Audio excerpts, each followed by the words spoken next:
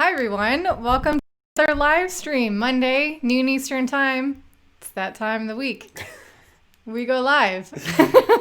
I'm Toby and this is Heidi. Toby, my name's Heidi. Okay. And now the awkward introduction is over. Hi everyone who is in the live chat saying hello, great to see you guys here. George, Dave, RJ, Shailandra, David Lynn, and Todd.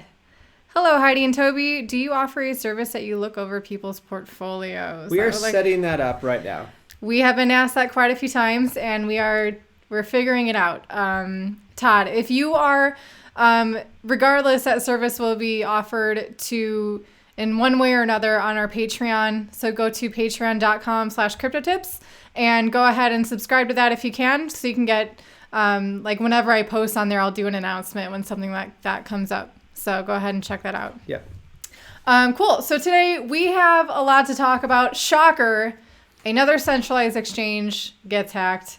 But this one is really interesting, revolving around the coins that were hacked as in ERC20 tokens. A lot of it is within that Ethereum ecosystem. So it's really interesting to see how different projects and different exchanges are reacting to that to try and lessen the impact of that hack and the movement of those funds. Fungibility is in there. Bill, if you're watching, this one is for you. Always talking about fungibility for you. Hey, Joe. Hey, Anthony. Great to see you guys here. Additionally, we're going to look at, the trends of Bitcoin versus gold and traditional financial markets, how that could be diverging in the short term or soon. And lastly, we're going to take a look at PlanB's famous S2F model, that is stock to flow ratio model, and how he uses that to justify the price predictions. We're going to take a look at why that stock to flow ratio is so popular, why people love to quote it and refer to it, especially very popular, very professional people use it. Now we're going to look at some ways that it could be flawed. I know. Sorry, Toby. Hey. And lastly, I don't think we're going to have time to get to this one, but for those who are interested, if you're, you saw what was happening with Ethereum Classic, and, it's like the second time it was hit with a 51% attack.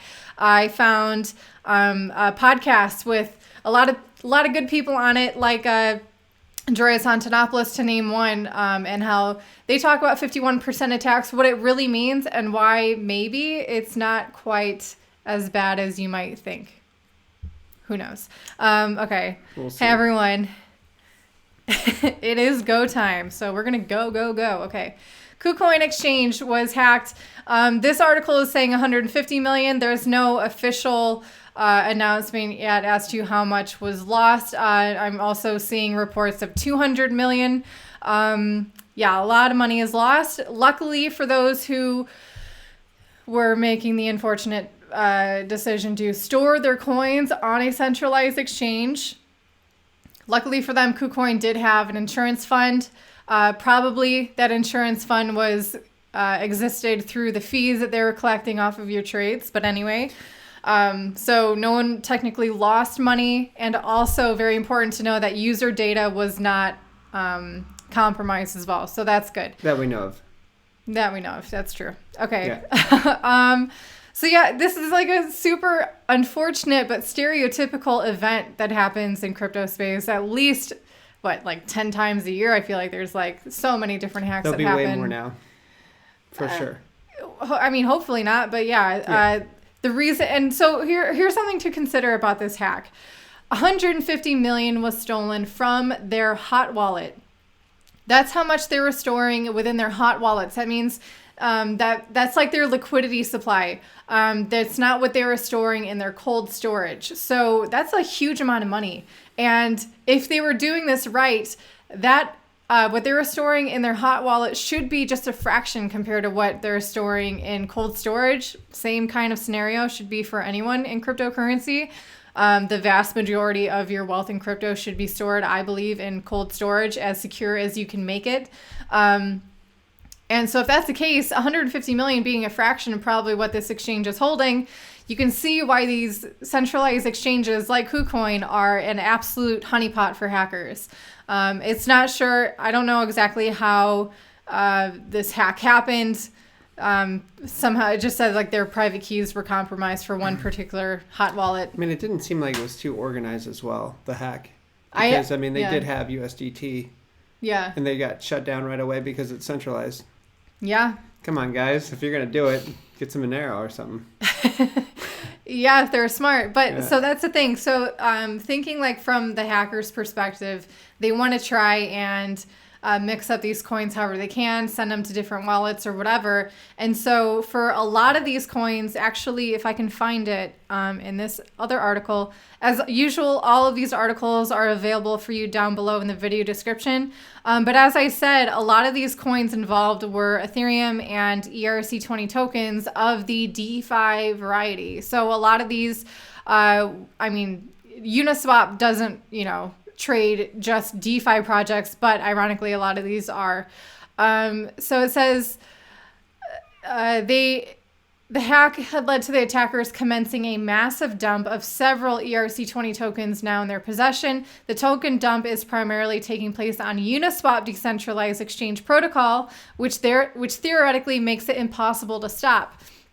So it being a decentralized exchange, a truly decentralized exchange with not one central authority to kind of shut it down or limit the activity on that exchange, it can facilitate a situation like this. Some of these, so, it wasn't really up to Uniswap to determine what to do in this situation, but it's really interesting to see what some of these different coins have chosen to do. Like you mentioned, Tether froze, was like $30 million worth of Tether, which they have been very public about their ability to do so. There's also a story a few weeks ago, someone sent like $1 million or $2 million worth of Tether to the wrong address, and Tether reached out to them and said, you know what, give us the address. We will freeze those tokens forever, take them out of circulation, and then reimburse you with the equal amount. So pretty much no harm, no foul for that guy. I wonder how they're able to do that. Oh, I mean, it's pretty obvious. There's someone who's like, they can print. just push a button and print. Yeah, exactly. Yeah. I'm going to go through the live chat just to make sure that I have some questions. But first, I'm going to go ahead and finish this story. Also, they did add liquidity to Uniswap. Oh, okay. So it's yeah, but they weren't. They were trading. They weren't adding liquidity. I know, but they were draining the liquidity. Yeah, pools. for sure. But I'm saying they put, they allowed for sellers or buyers to really snatch up some. Yeah, deals. But that's the thing about fungibility, right? With Ethereum, there's no really innate privacy protocol with Ethereum, so a lot of it is very trackable.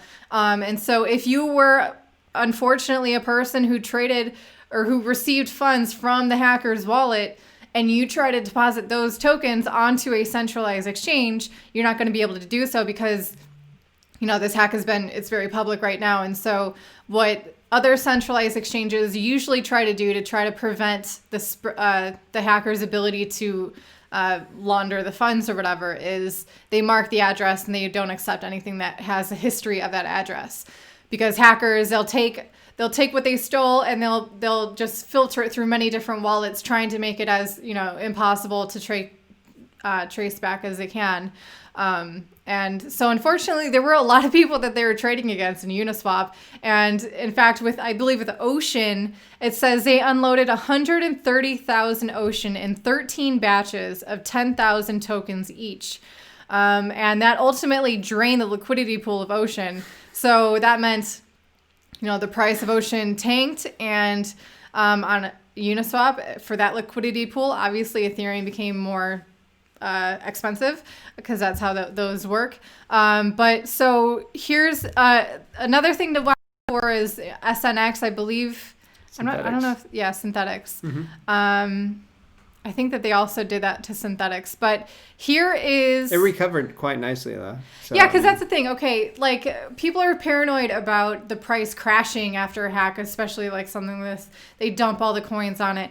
If the coin is actually doing something, it's functioning, like, Synthetics is actually a legitimate DeFi platform. They've been audited. They have a very decent security audit score.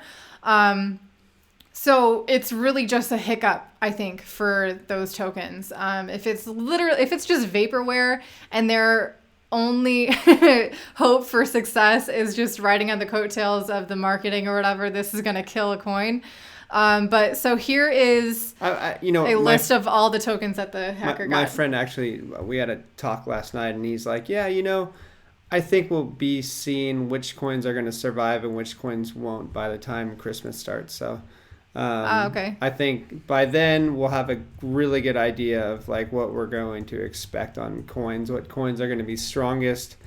And so right now is the time to do research, trying to find the best coin, putting yourself in the right position, because come next year, I think it's going to be pretty explosive. Until then, I do think we are range bound, just for a little bit. So that's just what I think. Just because, look at Grayscale just bought another, I think 17,500 Bitcoin in the last 7 days. So it just shows they're buying up, man. They're not going to be letting the price pump too much. That's just what I think. Yeah. And their friends are going to be buying up too. So just be patient. Wait till next year. Yeah. Was it Grayscale? Grayscale also bought up more Bitcoin, I believe, as well. 17,500. Yeah. Yeah, that's what I said. Oh, sorry. Yeah. Sorry. So for those of you who are like, you hear things like this about DeFi from a random YouTube channel or a tweet that you're seeing, but you want to actually check it out for yourself, go to the link down below in the video description and join my newsletter. I just actually put out a bunch of links on how you can do your own research on DeFi projects, find out how secure they actually are with their smart contracts through the audits that they've gone through, find out how they're ranking, find out the lending rates and percentages of interest that you can get from different protocols, and try to figure out what works best for you. Actually, I'll go. That guy Andre Cronje, the guy that YFI guy. So he's really good at auditing as well. Like he's self-taught, and so it's going to be really interesting to see what happens with like the projects that he comes out with. To see if he comes out with like really good auditing ideas, and I'm sure he's going to have a lot to add to this space in regards to auditing. You're watching a recent interview he did. Maybe that's a video we can do. Is kind of going over. I watched an interview with him, and like about 3/4 of the way through, I'm just like, oh man, I'm not smart enough to learn this right now. Like it was over my head. It was ridiculous. So it just takes time with anything. In this it does. Like even us. This is brand new. Like we've been learning this for about 3 months now or whatever. And this is really difficult. Some of the stuff that he's been doing, I'm still wrapping my head around it. So once we learn this stuff, then we'll be able to teach you guys it. It's really fascinating. There's a lot of money to be made. I think he made about 400% so far this year on just stable coins or USDC. That's crazy. It's just like, it's amazing what you can do with the space now. It's amazing how your money can work for you, and how crypto 400%. And the people who are building these platforms are finding new ways to have that happen. But 400% on a stable coin, it blows my mind. I want to answer these questions real quick from Imran.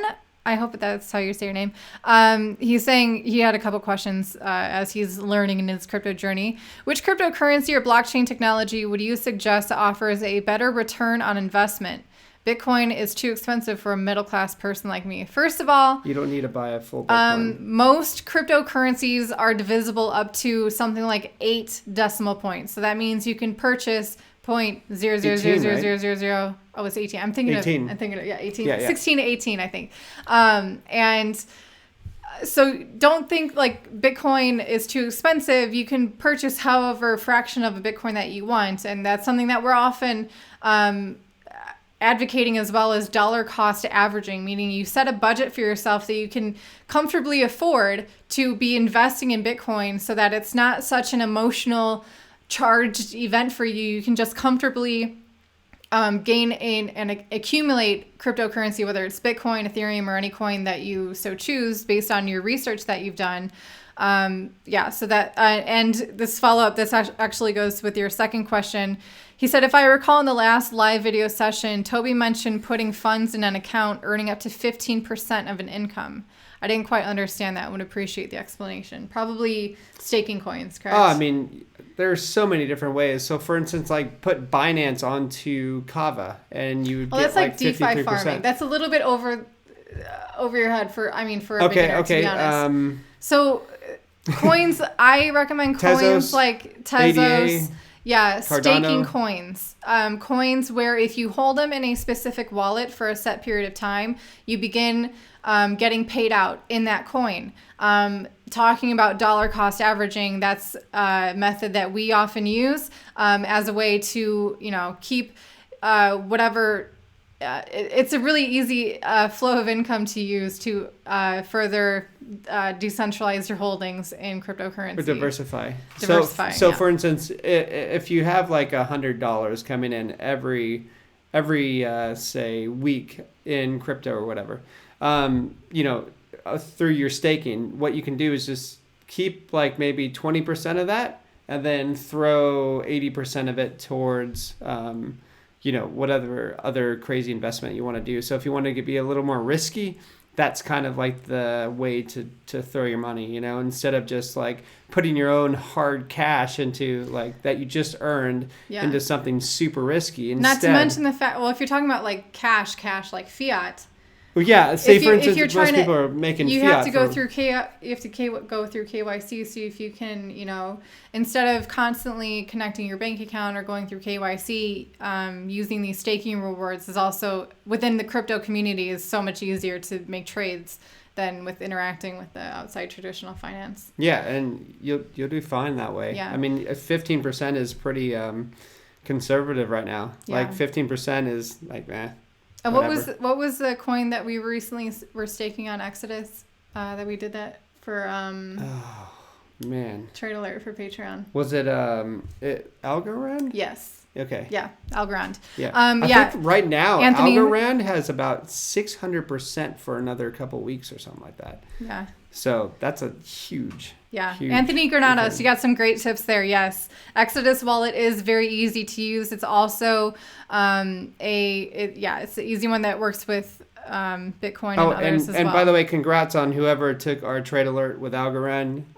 You did pretty freaking good. If they timed the dip well, if they got that notification in time. I mean, it capitulated, and I'm like, Heidi, we're doing a trade alert. Yeah.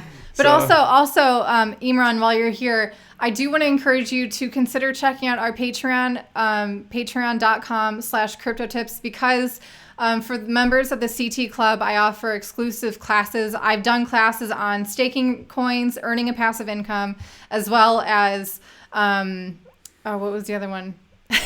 Profit-taking strategies that talks about, how you enter and exit into a position with cryptocurrencies. And most recently, I did one on decentralized exchanges too. Yeah. So for anyone who's interested in learning more, I hold live classes once a month, and it's a private live stream, so you guys can, voice your questions and get more personalized attention.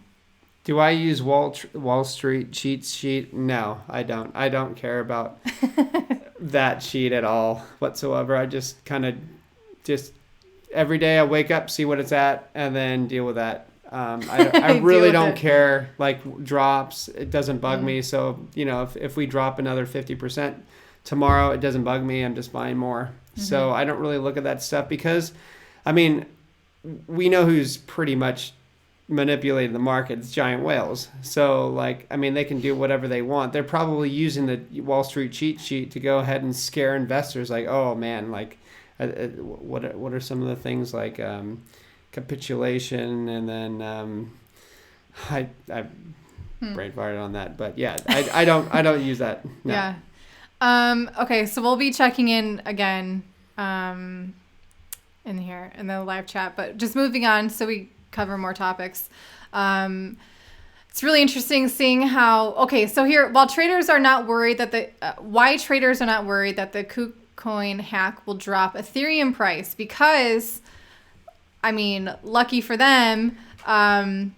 Really quick, Yeah, $150 million is or nothing. 200 at least. That's nothing. Like nothing. They could literally throw $250 million, fat finger it, and that thing would be bought up Market within but no the time. thing is, so I believe most of their funds are in ERC20 tokens, which they've traded for Ethereum. And the Ethereum, you know, like I said before, the protocol for Ethereum isn't innately private. So it's very trackable. And so it's very easy for those funds to maybe not necessarily be frozen by the network, but be froze out by any kind of off-ramp or centralized exchange if they were to go that way. Yeah. So that's why traders are not so worried about Ethereum. And Toby had a good point. I'm not as worried well. at all. Like I couldn't care less what they throw it at. I mean, hey, if they're that dumb to throw away their Ethereum, then I mean, no respect to these guys. And then there is also an article of this guy saying he's a CEO of Bybit, another centralized exchange, saying how, you know, centralized exchanges are innately vulnerable because they are a honeypot. They have a centralized fatality, really.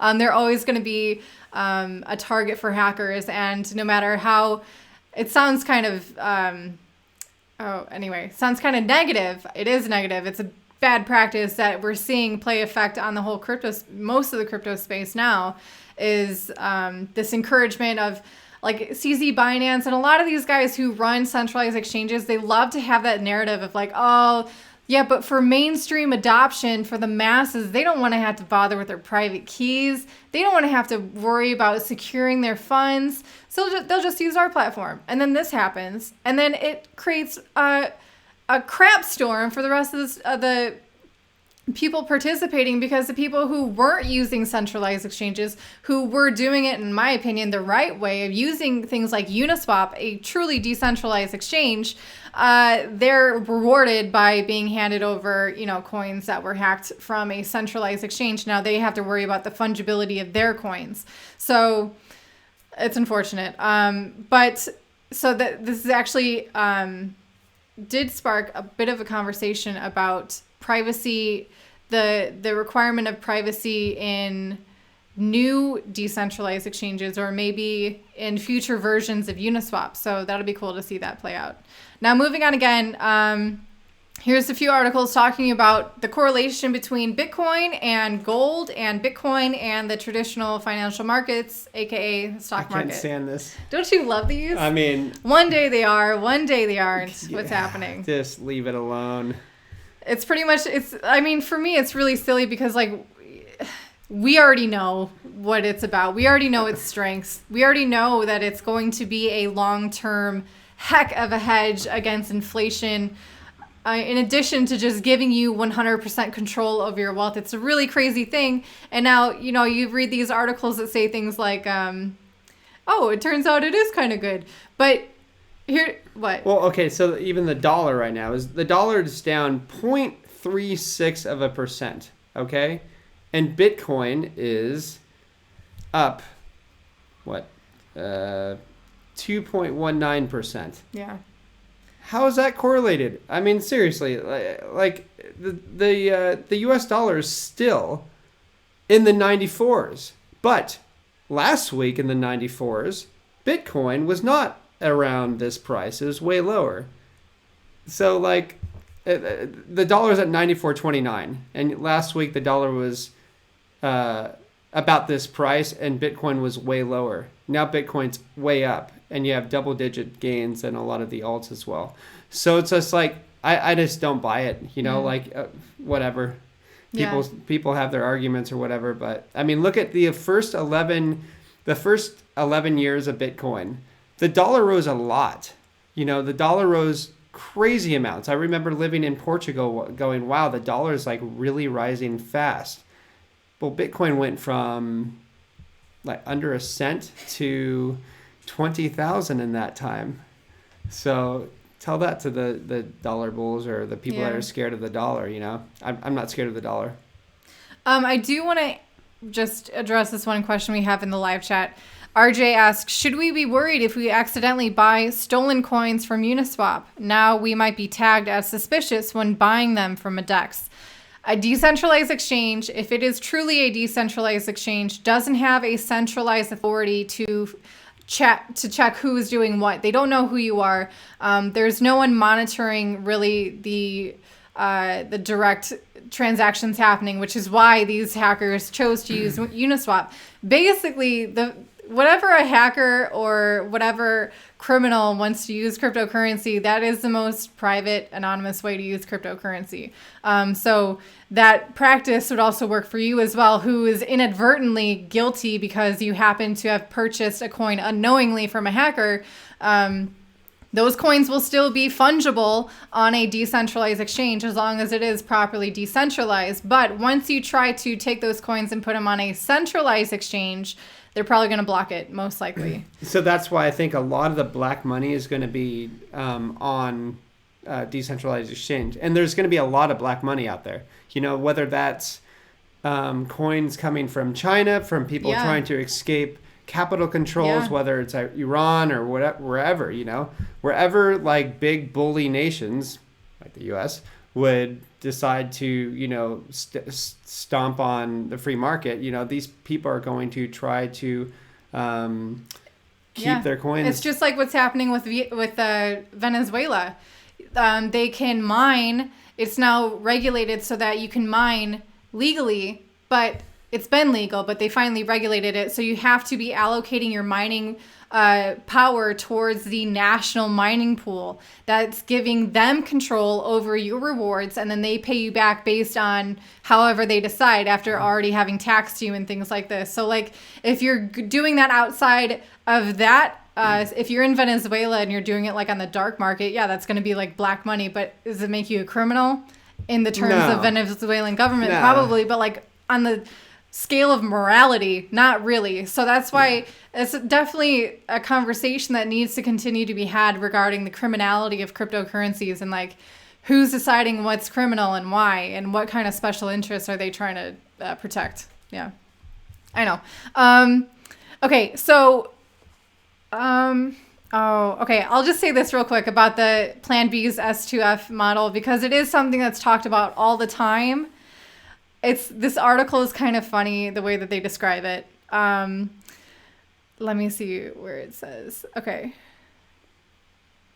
S2F means stock to flow ratio. Stock to flow ratio by this pseudo-anonymous person on Twitter, goes by PlanB.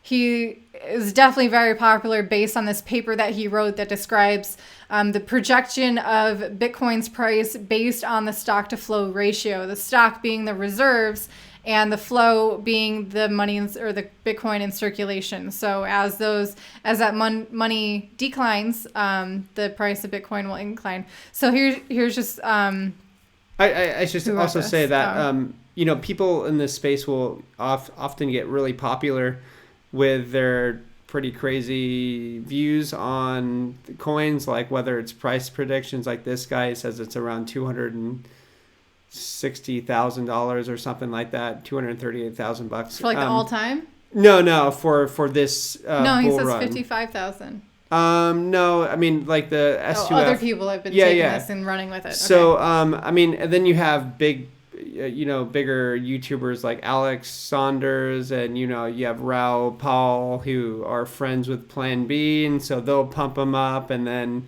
it kind of becomes a snowball effect. So just watch out for this. You know, they're not necessarily right. They're not necessarily wrong either. Who knows? Here's okay. So this is PlanB. This is what he says. A statistically significant relationship between stock to flow and market value exists.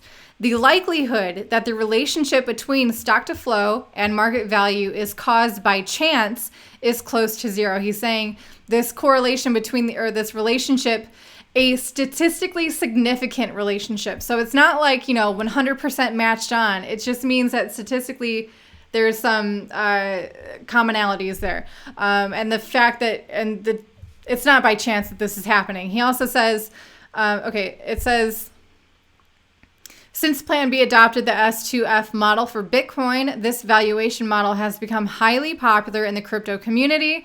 This is such a funny way to describe it. Its popularity is probably due to a combination of the simplicity of the basic idea behind it. For example, that scarcity is measured by stock flow directly drives value. His PlanB's colorful charts, which always, you have those dots. The red dot. We love that red dot.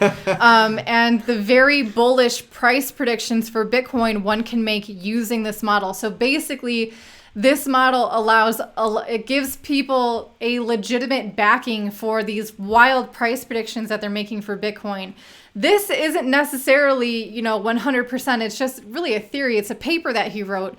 And if you want to know, I was trying to really understand these objections to this, and I did not do well in statistics in college. I'm going to be totally open with you guys there.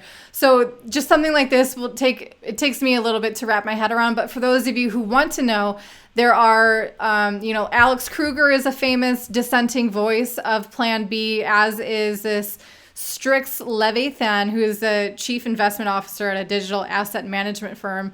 They're pretty much tearing apart the statistical evidence of this in terms of economics and how it just doesn't work.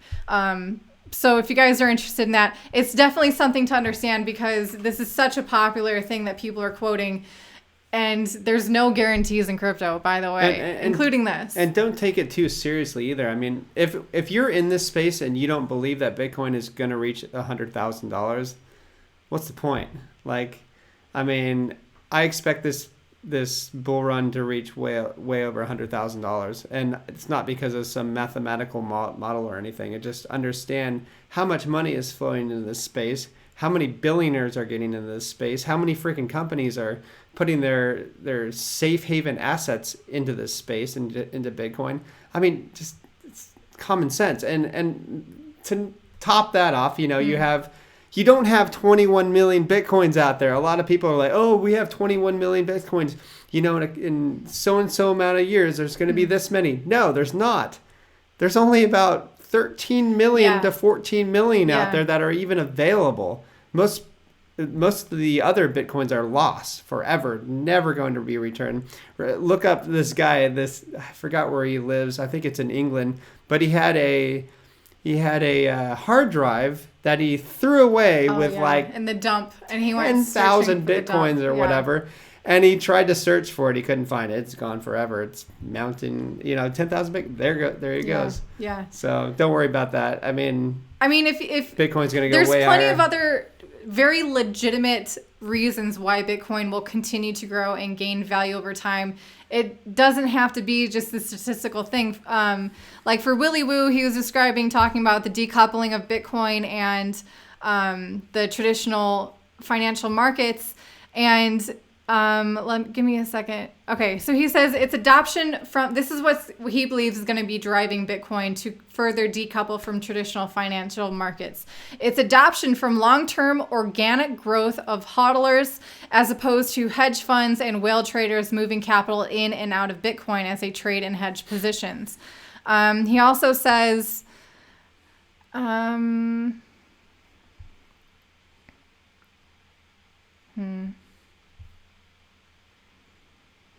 it will be determined by organic adoption, not external investment. And, referring to organic adoption, we have things like, people ask me where all the retail? money. Okay, so here's going back to, sorry, I'm all over the place here. PlanB, S2F, he wrote the predicted market value for Bitcoin. This is him justifying or explaining his price predictions based on his stock to flow model. A predicted market value for Bitcoin after May 2020 halving is $1 trillion. So the market cap of Bitcoin after this last halving event should be around $1 trillion, which translates in Bitcoin price of $55,000. That's quite spectacular. I guess time will tell, and we will probably know 1 or 2 years after the halving in 2020 or 2021. He also goes on to say, people ask me where all the money is needed for the $1 trillion market cap valuation. would come from. His answer, silver, gold, countries with negative interest rates like Europe, Japan, the US soon, countries with predatory governments like Venezuela, China, Iran, Turkey, billionaires and millionaires hedging against quantitative easing, aka money printing, aka what we've been seeing the Federal Reserve and central banks around the world doing for many months now, and institutional investors discovering the best performing asset of the last 10 years. They finally have decided to try and discover the best performing asset in the last 10 years. And I mean, no doubt that is all tied to the limited known supply of Bitcoin. Yes. And speaking about Turkey, oh yeah, the currency got destroyed today. So you're going to have those billionaires, companies over there, they're going to be piling into Bitcoin. Yeah, I mean, when we visited that place, it was a couple of years ago. It was at 3, and now it's at 7.78, I think. So yeah, they're suffering big time, and so they're going to be going into Bitcoin, and I think there's going to be some big players from there as well. So just get ready. Like, this is just the start. Mark D asks, this will be the last question. We can wrap it up soon. Mark D asks, if many institutions get into Bitcoin, if somehow mass adoption of some sort comes to fruition, don't you think we may not have another of the typical bear market again?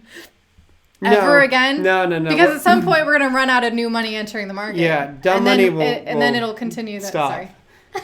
No. Dumb money will stop going in. Oh, so the after retail comes in, like when you see retail just piling in and you hear your Uber driver talking about Bitcoin and what type of farming he's doing and stuff, because farming is going to be much easier by then. I promise you that. So that's the time to all right, take some profit. Might be time to really step back from the space a little bit. Don't take everything off the table, but what we are going to do with you guys on our Patreon is we're going to tell you within 5 minutes when we sold and what percentage have we sold and stuff. So we're going to keep you informed. We've learned through 2 bear markets that when to sell, and it's going to be pretty easy this time. I mean, you could maybe you can argue that a bear market won't happen again if everyone it'll happen. Rejects the fiat system, is all in crypto. Then there's no kind of exiting crypto that would create a bear market. That's interesting. No, because companies or countries are creating their own centrally stable that's coin. True. So blockchain based. That's true. Digital currency. That's an interesting little concept to think about. But really good, interesting. Yeah, for sure. Yeah. That's going to wrap it up for today's live stream. Thank you, everyone who tuned into the live chat. Love seeing you. Great conversation today, I think. This is fun. Yeah, I like it. Lots of links for you guys to check out if you want to get caught up on what happened on KuCoin. If you want to, see how Bitcoin and gold are doing and all that stuff. More doom and gloom. I mean...